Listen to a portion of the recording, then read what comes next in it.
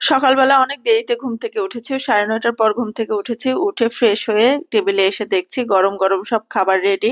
আম্মু ভুড়ি দিয়ে আলু দিয়ে ভুনা করেছে, ডিম ভুনা করেছে, কালকের দেশি মুরগির রান্না ছিল সেইটা ছিল, সিম ভাজি করেছে আর ওইদিকে মাছ রান্না করেছে।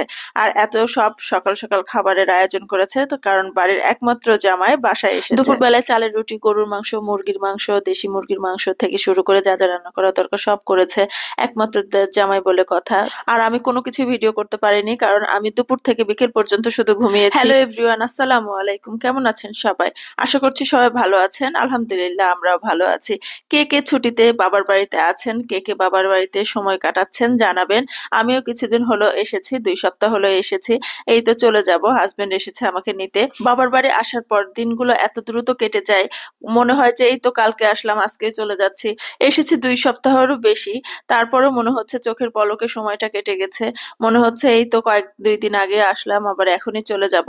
তো ভালো লাগে না যেতে, মনে হয় আরো কিছুদিন যদি থাকতে পারতাম তাহলে ভালো লাগতো। এদিকে আমার 2 কন্যা তার বাবাকে ধরেছে, ইনফিনিটির নতুন শোরুম দিয়েছে, সেখান থেকে শপিং করবে। তো সেখান থেকে কিছু শপিং করেছে, করার পরে ওখান থেকে আবার রওনা দিয়েছে তারা ওমর প্লাজায়। এদিকে তারা ওমর প্লাজায় যে ছোট কন্যা কিছু ড্রেস পছন্দ করেছিল সেগুলো কিনেছে। কিনে তারপরে বাসায় এসেছে। বাসায় আসতে আসতে তাদের সন্ধ্যা হয়ে গিয়েছিল। আর আমি যেহেতু যাইনি, মানে আমি সকালবেলা নাস্তা করার পর আবার একটু রেস্ট নিতে নিতে কখন ঘুমিয়ে গেছি জানি না, সেজন্য আমাকে আর কেউ ডাকেনি। আমি যখন ঘুম থেকে উঠে দেখছি অলরেডি 4টা বেজে গেছে আর আমার কন্যারা সব বাবার সাথে ঘুরতে চলে গেছে। সন্ধ্যার পর ওরা আসার পরে তো ওদেরকে নাস্তা দেওয়া হলো। যেহেতু আমি যাইনি তাই হাজবেন্ড আবার বলছে না তোমাকে এবার নিয়ে যাব চলো, আর ছেলেও গিয়েছিল না, তো বলছে তোমাকে নিয়ে যাব। তো আমি তো যেতে চাচ্ছিলাম না, তারপরে নিয়ে গেল। আর আর যেখানেই যাক না কেন আমার সাহেবের অনবরত ফোন আসতেই থাকে। এই তো অফিসের একটা ফোন রিসিভ করে সেখানে কথা বলে সবকিছু সমাধান করছিল। একটা ফুলের দোকানের কাছে দাঁড়িয়েছিলাম। তো আমার কন্যা আবার আমার জন্য একটা ফুল কিনেছে, কিনে একবার আমাকে দিচ্ছে একবার ওর বাবাকে দিচ্ছে। এখন ঘুরতে ঘুরতে ওদের নাকি ক্ষুধা লাগছে, এখন বলছে আমরা কাচ্চি ভাই বিরিয়ানি খাবো। যেহেতু আমি একদম বিকেল বেলা খেয়েছি আর ওর বাবাও কিছুক্ষণ আগে নাস্তা টাস্তা করেছে, সেজন্য বললো যে আমি কিন্তু খাবো না। আমিও বলেছি আমি খাবো না।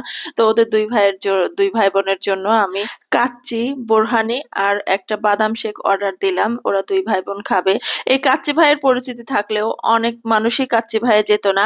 কিছুদিন আগে যে আগুন লাগলো, এই আগুন লাগার পর থেকে এর পপুলারিটি আরো বেড়ে গেছে। আর আমি দেখলাম যে কাচ্চি ভাইয়ে এত পরিমাণ ভিড়, তেমন কোনো টেবিল ফাঁকা পাইনি। তো সামনে একটা টেবিল ফাঁকা ছিল, ওইটাতেই আমরা বসে গেছি যেহেতু বেশি সময় নিব না। আর বাইরেও অনেক রাত হয়ে গিয়েছিল, প্রায় 9টা বেজে গেছে। বাচ্চারা বাসার খাবার না খেলেও কিন্তু বাইরে গেলে খেতে চায়, বা বাইরে চিকেন ফ্রাইড রাইস এসব খুব পছন্দ করে, বা কাচ্চি টাচ্চি দিলে এসব খুব পছন্দ করে খেতে। আমার বাচ্চারা তার বাবার সাথে যাক আর আমার সাথে যাক, একটা আবদার থাকে যে বাইরে কিছু খাবে। আর সময় থাকলে অবশ্যই আমি সেই খাওয়ানোর চেষ্টা করি এবং ওদের মনের আশাগুলো পূরণ করার চেষ্টা করি। খাওয়ার পরে যে মশলাটা দেয় এই মশলাটা কুটকুট করে চাবাতে কিন্তু আমার বেশ ভালোই লাগে। সেজন্য আমি এই মশলাগুলো পুরোটাই একটা টিস্যুর মধ্যে নিয়ে নিয়েছিলাম আর বাসায় আস্তে আস্তে সবাই মিলে চাবাতে চাবাতে চলে এসেছি। খাওয়া শেষ করার পরে আমার বড় কন্যা আবার একটা বায়না করেছে যে আমি ওমর প্লাজায় যেয়ে একটু রেভলিউশনের কসমেটিক নিব। যেহেতু বাবু ছোট তাই কি তেমন কোনো কসমেটিক ব্যবহার না করলেও নেল পালিশ, আইলাইনার, মাস্কারা এইসব একটু পছন্দ করে, তাই রেভলিউশনের ওইসব কিনে দিলাম। আর ওগুলোর যা দাম, প্রচন্ড দাম। তো তারপরে আমরা এই তো সবাই মিলে একসাথে রিক্সার বাতাস খেতে খেতে আর কাঁপতে কাঁপতে বাড়ি চলে আসলাম।